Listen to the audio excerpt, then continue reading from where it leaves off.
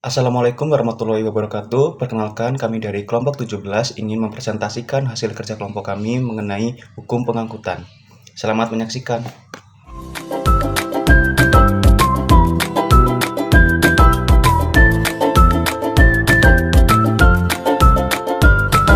Perkenalkan, nama saya Rafael Amalan Simanjuntak dengan NPM 22120115548. Jadi, saya di sini ingin menjelaskan subjek dari hukum pengangkutan. Jadi, subjek dalam hukum pengangkutan dalam konteks hukum Indonesia itu merujuk kepada pihak-pihak yang terlibat dalam suatu perjanjian pengangkutan.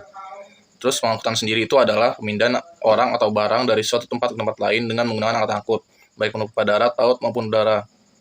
Lalu di sini dibagi lagi subjek hukum pengangkutan terdiri dari yang pertama ada pengangkutan. Jadi pengangkutan itu adalah pihak yang menyediakan jasa pengangkutan, baik itu individu, perusahaan, atau badan hukum lainnya, yang bertanggung jawab memindahkan orang atau barang dari suatu tempat ke tempat lain sesuai dengan perjanjian yang telah dibuat. Yang kedua itu ada pengirim. Jadi pengirim ini adalah pihak yang mengirimkan barang yang untuk diangkut. Yang ketiga itu ada penerima. Di sini penerima itu adalah pihak yang menerima barang di tempat tujuan akhir. Lalu penerima ini memiliki hak untuk menerima barang yang dikirim sesuai dengan perjanjian pengangkutan. Terus jika terjadi kerusakan atau kehilangan, penerima dapat menuntut kompensasi dari pengangkutan yang sesuai dengan ketentuan badan hukum yang berlaku. Yang keempat, di sini ada penumpang. Dalam konteks pengangkutan penumpang ini adalah individu yang menggunakan jasa pengangkutan untuk dipindahkan dari suatu tempat ke tempat lainnya. Lanjut di sini, jadi selanjutnya ada objek hukum pengangkutan. Jadi objek hukum pengangkutan ini dalam fokusnya ini dalam perjanjian pengangkutan, yaitu konteksnya apa yang diangkut. Contohnya seperti yang pertama barang. Jadi deskripsi di sini itu barang itu berarti semua jenis barang yang dipindahkan dari suatu tempat ke tempat lain maupun darat atau laut.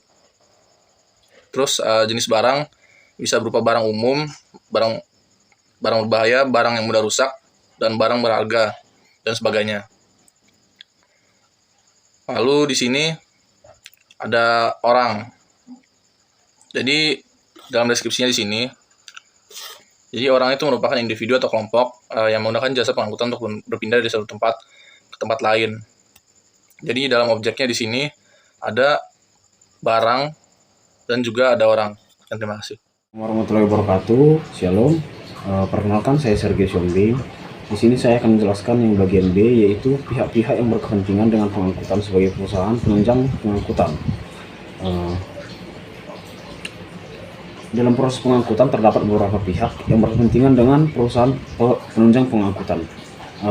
Di antaranya, yang pertama itu pihak utama atau pengangkut, orang yang bertanggung jawab atas pengangkutan barang atau orang dari satu tempat ke tempat lain. Perusahaan penunjang pengangkutan dapat bertindak sebagai pengangkutan itu sendiri atau bekerja sama dengan pengangkutan lain untuk menyediakan layanan pengangkutan yang komprehensif.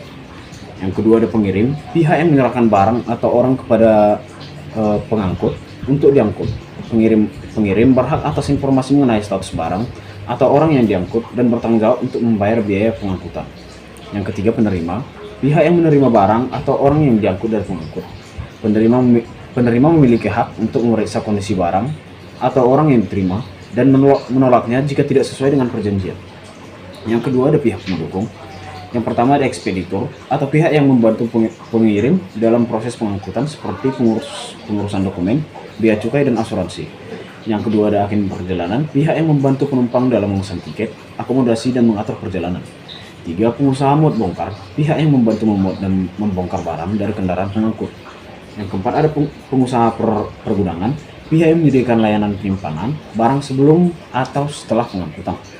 Yang kelima ada perusahaan asuransi, pihak yang memberikan perlindungan terhadap risiko kerusakan atau kehilangan barang selama pengangkutan. Yang ketujuh, pemerintah atau pihak yang berwenang untuk mengatur dan mengawasi kegiatan pengangkutan serta melindungi hak-hak konsumen. Selain pihak-pihak tersebut, masih banyak pihak lain yang dapat berkepentingan dengan pengangkutan, seperti pemilik infrastruktur, lembaga pembiayaan, dan asosiasi industri. Peran perusahaan penunjang pengangkutan sangat penting dalam memastikan kelancaran dan efisiensi proses pengangkutan.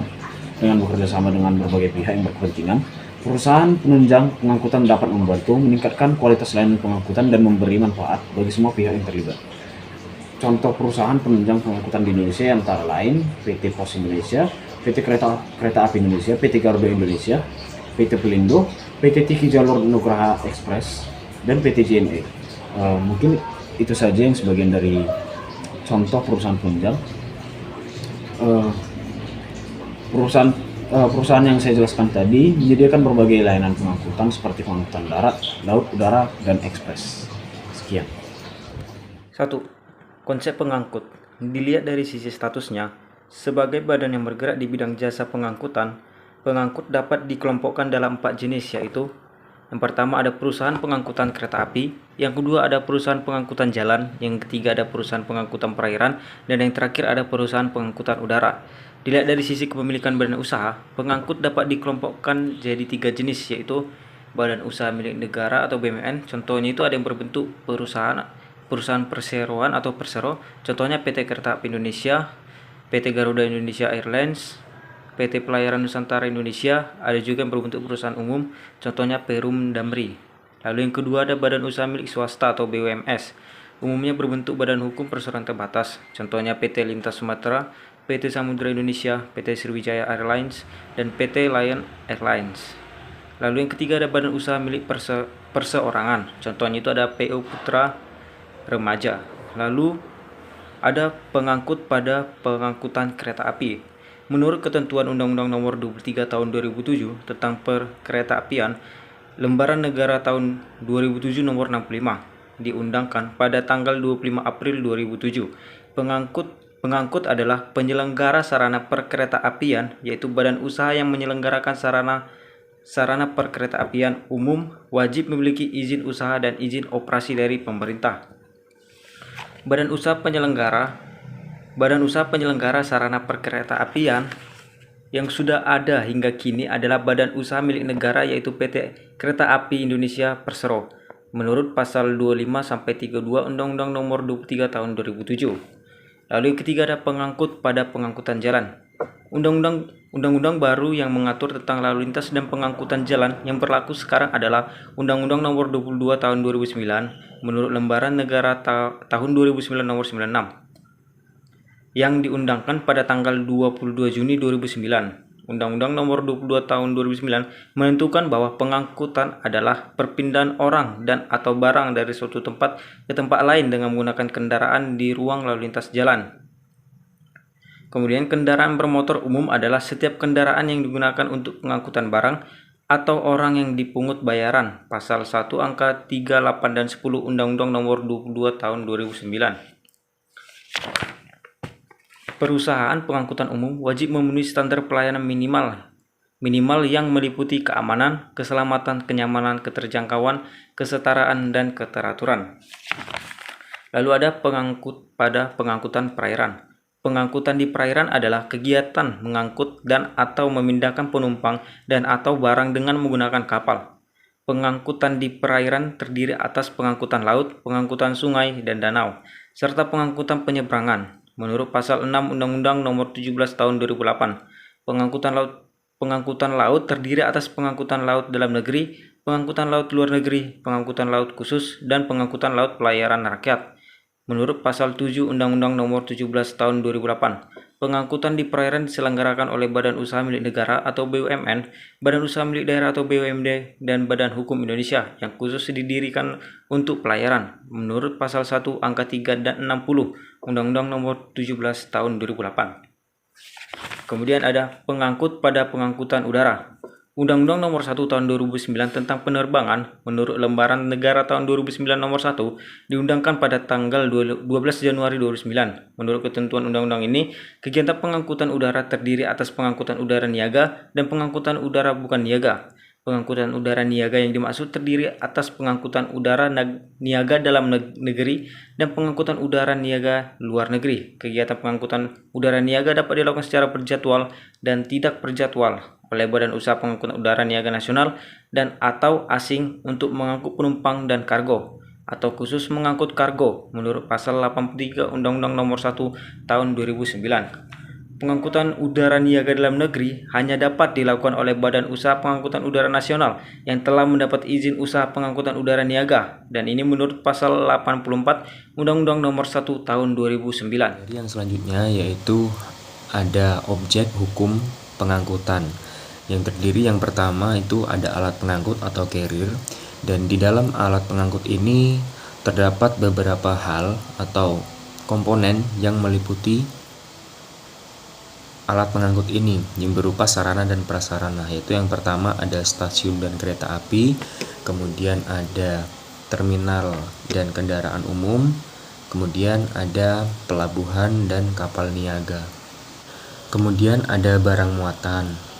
Pada barang muatan ini dibagi ataupun diklasifikasi menjadi beberapa macam, yaitu yang pertama menurut keperluannya, yaitu ada barang sandang, barang pangan, barang rumah tangga, barang pendidikan, barang pembangunan, dan barang perdagangan. Kemudian secara fisik, barang muatan dibedakan menjadi 6 golongan, yaitu yang pertama ada barang berbahaya, kemudian barang tidak berbahaya, barang cair, barang berharga, barang curah, dan barang khusus.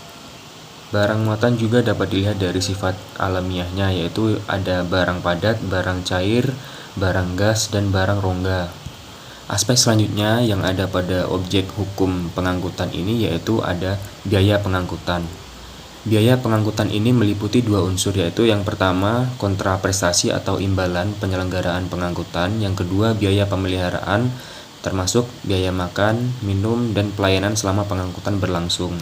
Penghitungan jumlah biaya pengangkutan ditentukan oleh hal-hal berikut, yaitu yang pertama ada jenis pengangkutan, jenis alat pengangkut, jarak pengangkutan, waktu pengangkutan, dan sifat muatan.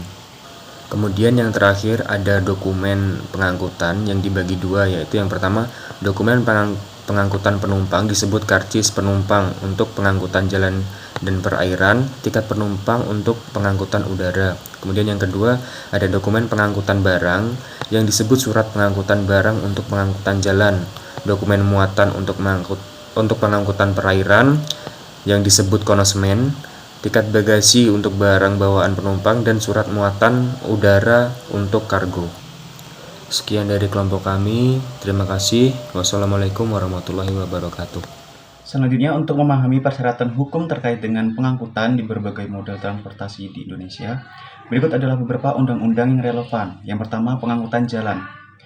Terdapat dalam Undang-Undang Nomor 22 Tahun 2009 tentang lalu lintas dan angkutan jalan, di mana mengatur tentang penyelenggaraan lalu lintas dan angkutan jalan termasuk keselamatan, keamanan, ketertiban, serta hak kewajiban pengguna jalan.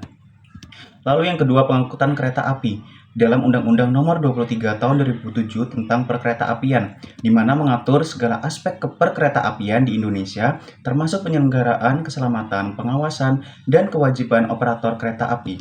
Lalu yang ketiga, pengangkutan kapal laut atau perairan, termasuk dalam Undang-Undang Nomor 17 Tahun 2008 tentang pelayaran, di mana mengatur tentang penyelenggaraan angkutan laut, keselamatan pelayaran, perlindungan lingkungan maritim, dan kewajiban operator kapal. Lalu yang keempat adalah pengangkutan udara, terdapat dalam Undang-Undang Nomor 1 Tahun 2009 tentang penerbangan, di mana mengatur tentang penyelenggaraan penerbangan, keselamatan dan keamanan penerbangan, hak dan kewajiban maskapai penerbangan, serta perlindungan terhadap penumpang, di mana setiap subjek yang terlibat dalam pengangkutan harus memenuhi persyaratan dan standar yang diatur dalam masing-masing undang-undang tersebut untuk memastikan operasional yang aman, efisien, dan sesuai dengan hukum yang berlaku.